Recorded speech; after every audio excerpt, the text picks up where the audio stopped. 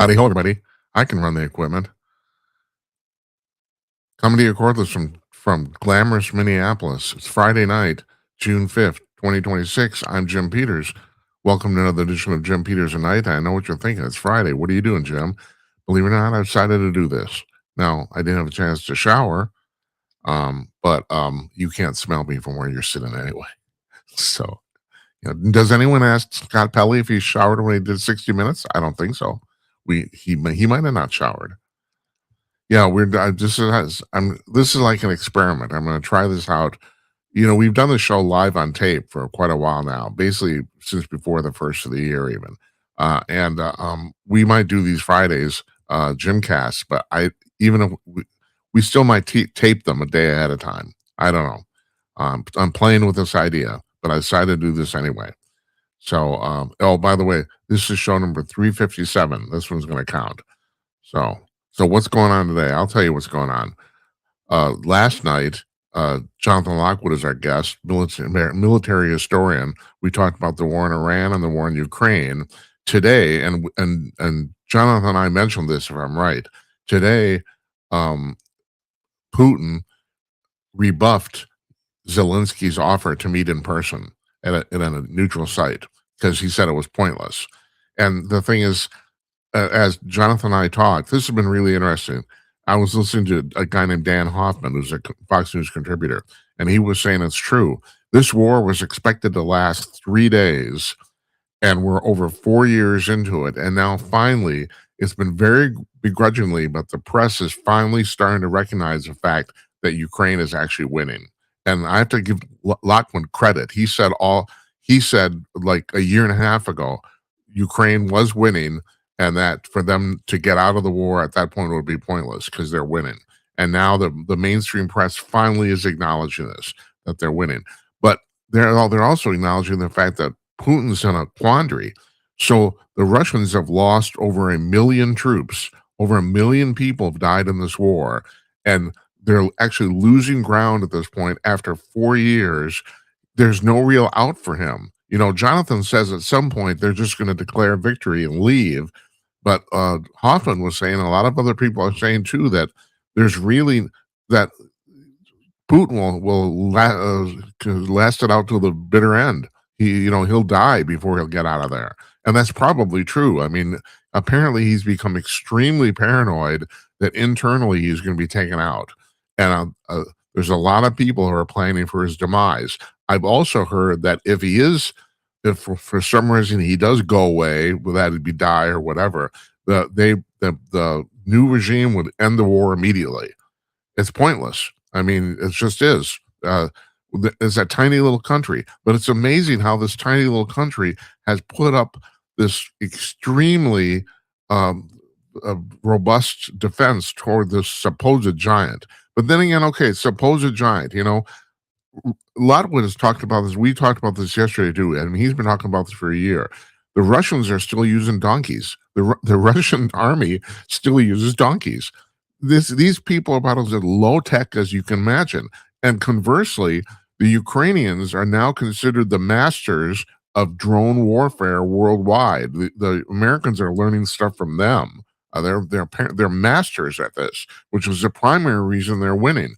But I have to compare this to something that also happened today that maybe you heard of, but I got a little backstory here. On the International Space Station, the astronauts went to quarantine position. In other words, basically that means they have to go back to their original spacecrafts and seal the doors because there's a leak on the station that apparently has been leaking for quite some time, but it's gotten worse enough now that they have essentially abandoned the station. All right, they haven't left. But the station proper, they're not in it because the too much air is leaking, and it's in the Russian side of the station, and the Russians are attempting to fix it. The Russians are in there, and they're attempting to fix the leak. The reason I'm bringing this up is because I think at this point, really seriously, are the Russians even a superpower anymore? They don't even. They don't have any real technology. They can't do anything. I mean, I'm going back 40, 50 years here, but when the Soyuz and the Apollo spacecraft first docked up Was it the 1980s? Was that? Um, uh, uh, the American astronauts were astonished by how primitive the Russian technology was on their spacecraft. And now the Russians have been taking us to orbit now for several years. That was before SpaceX did, and that was primitive stuff too, but it worked. I mean, that was the thing. It was not this was there. There was everyone knew this was not a high tech enterprise, but the thing is, they had the power and it was reliable and it actually worked. But now, the IRS, ISS, it seems to be the Russian problem. The Russians are the problem again. It's like what the hell, I mean, seriously, do is there's supposedly three superpowers on Earth. Chinese, we know they got their goods. They got the goods. The Russians, what do they got at this point? They can't win a war against a tiny little country. They've lost over 1 million people. And it's at this point it seems like it's inevitable that if this goes on, the Russians will definitively lose because they're going to run out of troops. I mean, they've dropped, if I'm right, they've dropped the what is it called, the commission uh, uh, age to like 12 or conscription, excuse me, the conscription age to 12 or 13 or something like that. It's like it's unbelievable. This is not good, not good at all. I talked about this yesterday, and this bears repeating. And the thing is, this is one of those things where I got to talk about over and over again because I know the majority of you don't watch the show on a regular basis. I know that. My friend David Strom wrote another column on this today about the fact that it's almost certain that the Democrats are cheating the mayoral election in Los Angeles. And here's the proof. Now, I have to say, yesterday I said that it was the drop of 30,000 ballots. It was actually 23,000. My correction, I was wrong. But in 23,000 ballots, there wasn't a single one for Spencer Pratt, not one. And some mathematician figured out that the odds of that happening are greater than all the atoms in the entire universe. That's what we're talking about. We're talking about like quintillion to one, the chances of that happening by sheer chance. And I could say make a thing that, well, that's not a smoking gun, but I think that's proof. You may not buy it, and I understand people want to buy it because it's not definitive. But seriously, 23,000 ballots and not one for Spencer Pratt, not one, zero. That's absurd. And now the New York Times, of course, they weighed in and saying, well, the reason it takes so long to count ballots in California is that they're being so meticulous. Bullshit. That's just bullshit. No, they've set this whole thing up so they can cheat. The whole thing, the thing about the mail-in ballots, the thing about the fact you don't need an ID, you don't need a social security number to register to vote in California, let alone LA. Now, the gubernatorial race seems to be so far more stable, but it's pretty obvious that what's going on in Los Angeles is that they're cheating. That's all there's to it. My personal opinion, allegedly, supposedly, but still, I don't understand how you can say that 23,000 ballots, there wasn't a single one for the second place candidate. That's just not, like this mathematician said, that is statistically impossible. It is. And I want you folks to realize this. This is not, pie in the sky. This isn't even partisan. I need to bring this up to prove my lack of partisanship here. In the 2000, I've been saying this. I have even liberal friends tell me I'm nuts on this. There's significant evidence to suggest that the Republicans cheated the 2000 and 2004 presidential elections. No proof, but evidence. And the Democrats, they do this by plastering pointless, meaningless ballots. The Republicans did it by hacking computers, supposedly. But yeah, so this is not necessarily a partisan thing, but right now it is. I mean, we're talking about the Democrats right now, and nobody. I brought this up with liberal friends. I told them, yeah, the Republicans, there's evidence that they cheated these presidential elections. And my liberal friends said, oh, no, they didn't. That's absurd. No, it's not absurd. It's like, especially if you got a good hacker. And the thing is, what happened here is I think in 2006, there was finally going to be an investigative committee in Congress about this. And there's the star witness, the guy who supposedly hacked the computers for the Republicans, died in a helicopter crash the day before he was supposed to testify. Geez, I wonder why that happened. What a coincidence. Shit. It's unbelievable. And then, Strom brought this up. It's true. Why wouldn't you cheat? There's literally billions of dollars on the line. We're not talking about millions. We're talking about billions. You know, if you can get away with it, it's. But as also my friend David Strom said, you want to destroy democracy? This is a way to do it. If people can't trust their elections, we're all screwed. And that's the reason I'm so pissed off about this. I mean, at this point, no. I'm sorry, 23,000 ballots and not a single one for the second place candidate? No. That's crap. The stock market's going goofy. So far, we're having like a stellar year. Today, the NASDAQ took the single largest one-day drop in its history. And not only that, Bitcoin has lost almost half its value in the last 9 months. Now that doesn't surprise me, and I have to now. I'm going to try to get my old friend Think on here next week to talk about this because he's an expert at this, and this is how he was a regular caller when we were on Blog Talk Radio, and he basically is a guy who convinced me that Bitcoin was legit because I always said, for 20 years, I've been saying this is going to collapse. It's tulips in the Netherlands in 1600, and he finally convinced me that no, maybe it isn't. But because the thing is, it's not a currency nor is it a commodity. It's nothing. That's always been my thing. There's nothing to this. But what he pointed out is that it's a place to park your money where no government can see it. In other words, it is beyond any sort of government fiat or reproach or anything like that. And it's a place to park your money.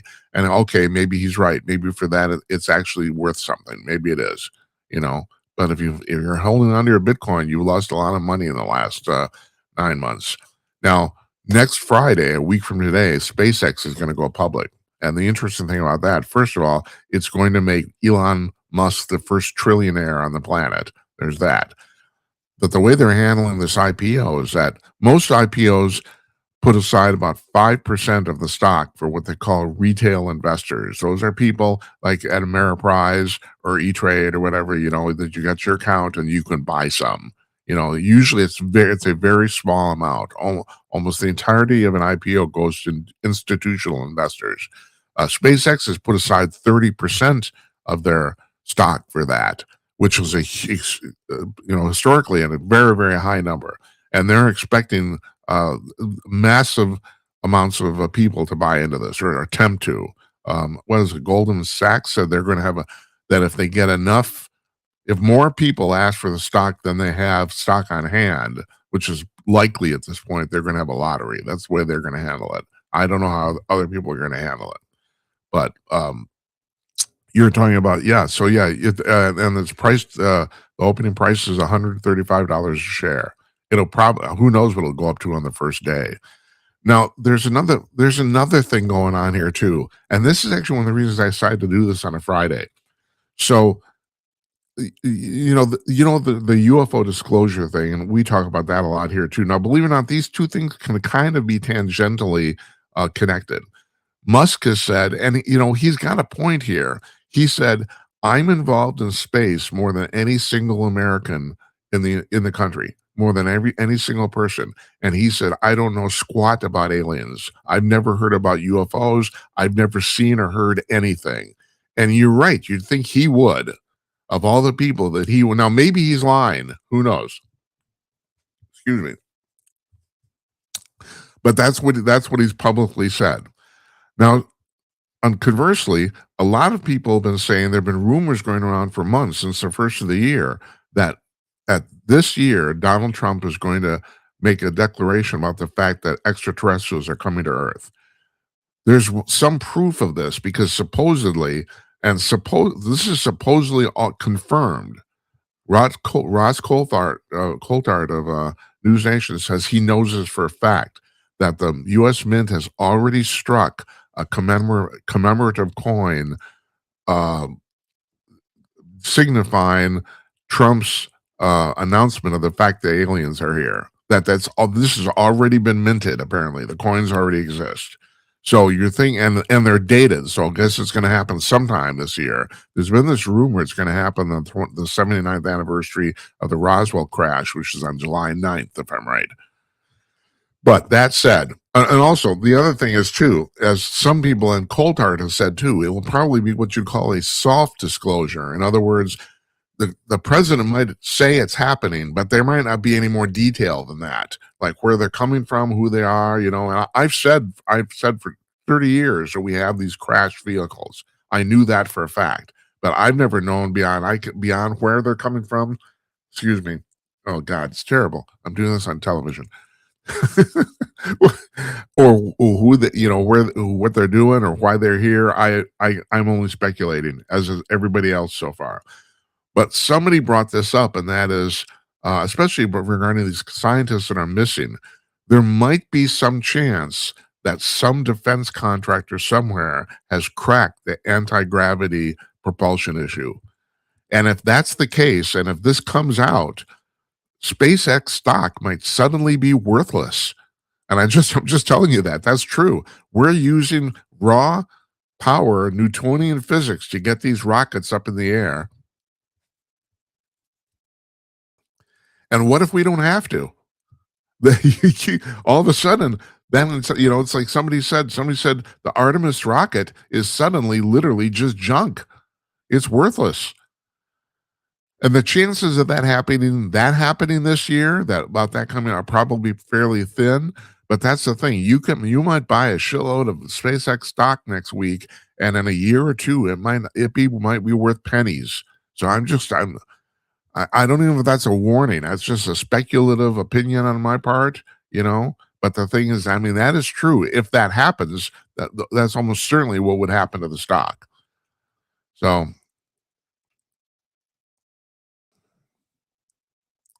there's several state legislatures, including this New York state, that are thinking about banning AI data centers being built, new ones. The problem with the data centers, and once again, this gets oversimplified in the press, and that's where really, nobody. That's the reason I'm doing this. Nobody wants to talk about any complex issues with any real complexity. The problem isn't the data centers. The problem is their electricity usage. They take up a shitload of electricity. I mean, unbelievable. So if you have a data center that has its own internal power supply, has, like, for example, its own nuclear reactor, and several of the data center people are building this are suggesting about using what are called small modular reactors, SMRs, which are literally reactors that fit on a semi trailer. That's enough to power one of these data centers, and as long if they're off the grid, go to it. They're already, and then people say, "What about the water coolage?" But they're already figuring that out. They're already recycling the water. That's not really that big a deal. The deal is the electricity. If you're taking electricity off the grid, I do think the residents of that community have a serious issue. You shouldn't be able to do that, because it's like this thing. These things are going to suck up power. They're already sucking up power. You know, I've heard something like 12% of all the electricity generated in the United States right now is used for internet server type stuff, which would include AI. 12%, one out of every, 1/8 of all the power generated in America, and it's going to get worse. Elon Musk was just talking today. He did a thing with, it was a Goldman. I can't remember, some bank yesterday. Was it Goldman Sachs? I've been making them twice in a row, but maybe it was, about that he wants to actually build reactors on the moon, because he wants to put data centers on the moon. And he says it would be really easy. You don't need a reactor. He said you can put up solar panels, because you're not going to get power 24 hours a day. But the thing is, it's completely uninterrupted. If you're in the sun, you got a clear shot. And also he said, yeah, we can put reactors there too. He's talking about generating 1 terawatt of power on the moon. Is it per year or per day? I can't remember. It's like an ungodly amount. Ungodly amount. Yeah, so, yeah, but yeah, it's like if you can supply your own power, God, and the people in these communities need to be explained this. I don't think it's explained to most people. It's the power that's the issue. Now, granted, these data centers are enormous. They're enormous complexes, but still, so what? You got a giant factory. It's no big deal. You bought the land. Okay, fine. You know, there's all the EPA restrictions, all that crap. I mean, I'm sure going through this as a builder's a nightmare. But the only real difference between this and any really large factory structure is the power. And as long as they can take care of their own power, and they should, hell, Microsoft bought 3 Mile Island. Remember that? They're going to start up there's two reactors on 3 Mile Island. Only one of them actually melted down. The other one they just shut down. They're going to start that one up again simply to power Copilot, their AI. And that's great. Good for them. They're taking care of their business. You don't want that on the grid. And speaking of the UFO stuff, so we've talked a lot about these scientists who've gone missing too. Tim Burchett said this, and I talked about this like a month ago or something like that. And here's the deal with this: I didn't see this right away. I reread this article. It's from April. Uh, about in the Sentinel News, and I caught this at the end, and I never saw it the first time I read it because I've talked about this previously about how Tim Burchett, the Tennessee congressman, he said that his quote is that if the public saw what I have seen, and well, I'm paraphrasing that, and I can't talk about. He said you'd lose sleep at night. He said he said it's unbelievable. The stuff that I know that I can't talk about is mind-boggling. Okay, that's cool. This is on 77 WABC in New York City.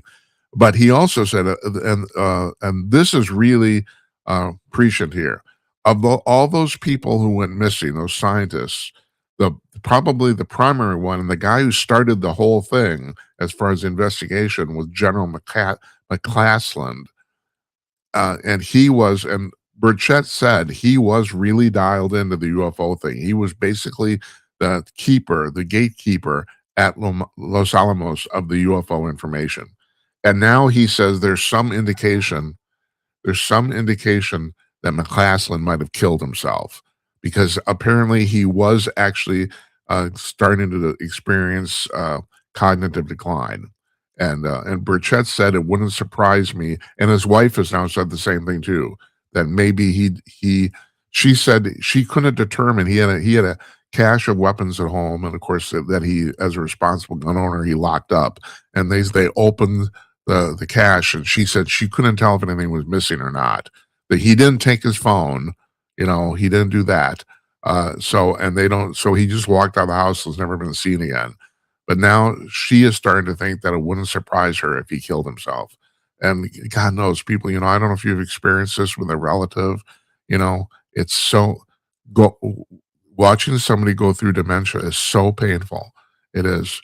And I gotta admit, I wouldn't blame anybody at some point for wanting to do themselves in, especially him. And you talk about all the secrets he knew. That's the thing. I always said this, George Bush Sr., George Bush the elder, probably went to his grave knowing more secrets than any person in human history. He was the head of the CIA, he was vice president and president. And that guy, I mean, supposedly at some campaign stop during the 92 election, he said, somebody stopped and somebody yelled out from the crowd, tell us about the UFO stuff. And he said, I can't talk about that stuff. Which means, I guess that means there's stuff to talk about, huh? That's the thing. People say this stuff, and well, it's like, oh God, Cheney. Cheney said the same thing. Somebody asked him in a radio program, "Can you tell us anything about the UFO information?" He said, "That stuff's classified." Well, okay, if there was no stuff to classify, I guess you could talk about it, huh? Oh man. And finally it's like, okay, I gotta address this too. John Nolte, our friend, I don't know him. He's a great guy. He's a great columnist at Breitbart. Wrote about the fact that the Supergirl movie's coming out, and its budget was $175 million, and it looks like it's going to tank. That's what it looks like. Not to mention the fact, once again, he said you have a woman who's from the Rachel Ziegler School of Acting, who the lead woman, Molly, whatever her name is, I can't remember. She's trashing the movie, and she's trashing it. It's like it's unbelievable. You know, you've been given one of the most coveted jobs in drama. It's like I'm sure she got paid. No one's ever heard of her. I'm sure she got paid at least $1 million, if not more, to do this because of the stature of this thing. And she's out trashing the fans and trashing the movie. And it's like, oh well, yeah, that's great. That's fantastic. So but along with that, Quentin Tarantino came out a few days ago and he just said every movie since pretty much every movie written since 1996 has been complete utter shit. That's what he said. That was the exact quote. What was it? Hold it. He said plain stupid shit is what he said. That's what he said. And this is a guy who would know. I have to say, I think Pulp Fiction comes in on my top 10 list of movies. It does. I just thought it was brilliant. Absolutely brilliant. Well, that's the Jimcast for tonight for Friday that we never usually do. So next week, Richard Lyons on Monday is going to be our guest. He's an author. He's written a book called The DNA of Democracy. I have to admit, I'm going to spend the weekend reading it because I don't know what it's about. So we'll do that. And and I never mentioned this at the top of the show. We did a live on TikTok last night. We got 28,000 likes. I mean, I got to admit, I saw the figure when we were done. I thought that can't be right. That's a mistake. But I checked it. We got 28,000 likes on my God. And it was fantastic. We had a fantastic conversation. People asking me questions. We were scheduled to go 45 minutes. We went a whole hour. And on TikTok, you can't do a broadcast longer than an hour. They literally had to put up a thing and said you only got 5 minutes to go.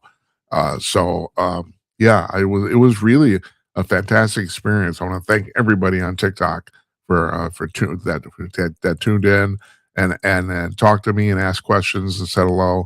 And 28,000 likes. My God, unfreaking believable. So thank you for that. Thanks. So I hope you guys have a good weekend. I'm going to. I know that I'm going to read Richard Lyons' book as much as I can anyway. And I'm getting together with some friends for dinner tomorrow night. We're going to sit on a patio in downtown Minneapolis and shoot the crap as we do. So thank you very much for watching. Please like or subscribe. I wouldn't mind a comment on this too. If you think I'm nuts, that's fine. Half the people do. So it's okay. I'm used to it. Good night, Uncle Donnie, wherever you are. And good night to you, wherever you may be. We'll see you on Monday, folks. Richard Lyon will be our guest. Take care.